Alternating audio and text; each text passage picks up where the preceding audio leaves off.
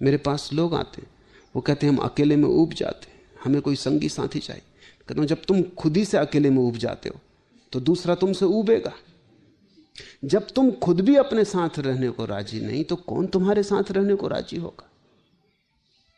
और वो दूसरा भी अपने से ऊबा हुआ होगा, तभी तो तुम्हारी तलाश में आ रहा है। तो दो ऊबे हुए आदमी जब मिलते हैं तो तुम सोच सकते हो क्या परिणाम होगा, जो हर विवाह में हो जाता है। पति पत्नी ऐसे ऊब के बैठे रहते हैं। पति पत्नियों के चेहरे देखो, उनसे ज्यादा उदास चेहरे तुम कहीं भी ना पाओगे। अगर तुम पुरुष को जरा प्रसन्न देखो तो समझना कि पत्नी उसकी नहीं है जो पास बैठी, किसी और की होगी।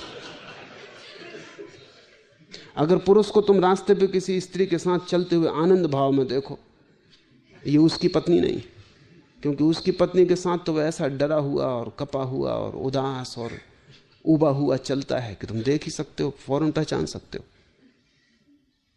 मुल्ला नसरुद्दीन ने एक दिन मुझसे कहा कि मैं आदमियों को देख के बता सकता हूं कि आदमी विवाहित है कि गैर विवाहित। मैंने कहा जरा मुश्किल मामला है। खैर, जो भी लोग आए मुझसे मिलने, तुम नोट करते जाओ और पीछे पता लगा लेंगे। उसने नोट किया और उसने बिल्कुल ठीक ठीक बता दिया।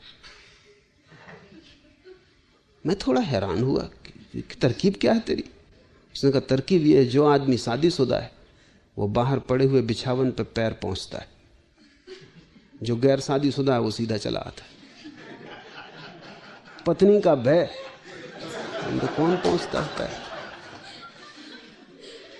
अभ्यस्त हो गए हैं वो।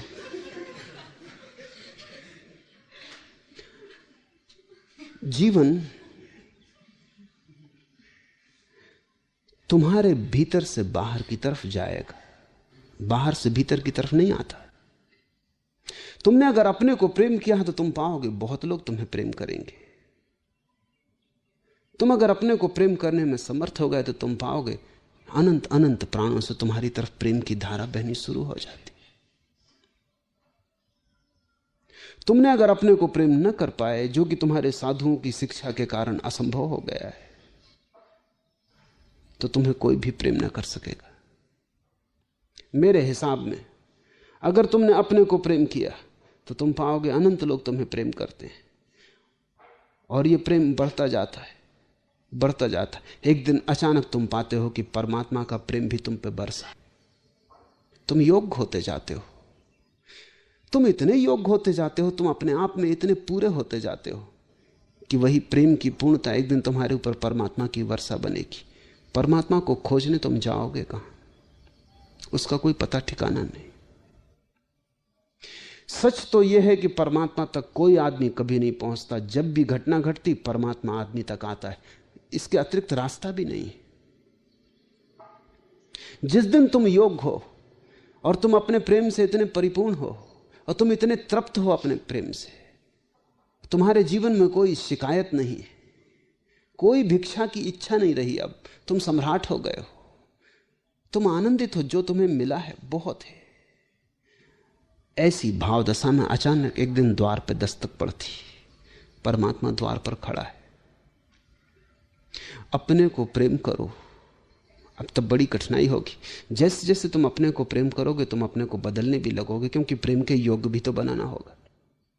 एक बार तुम्हें यह ख्याल आ जाएगा अपने को प्रेम करना है तो तुम्हें बहुत सी क्षुद्रताएं दिखाई पड़ने लगेंगी जो कि प्रेम ना करने देंगी। उन क्षुद्रताओं को तुम्हें छोड़ देना होगा, वो तुम्हारी समझ से छूट जाएंगी। अगर तुम्हें अपने को प्रेम करना है तो प्रेम पात्र के योग्य भी तो बनना होगा।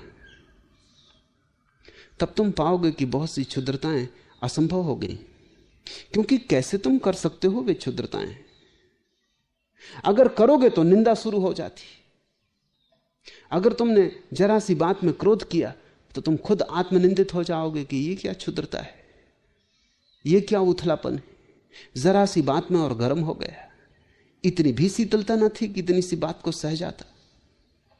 तुम अचानक पाओगे कि अगर अपने को प्रेम करना है तो क्रोध धीरे धीरे छूटेगा। अगर अपने को प्रेम करना है घृणा धीरे धीरे गिरेगी। नहीं तो तुम प्रेम ना कर पाओगे। जब अपने को प्रेम करना है तो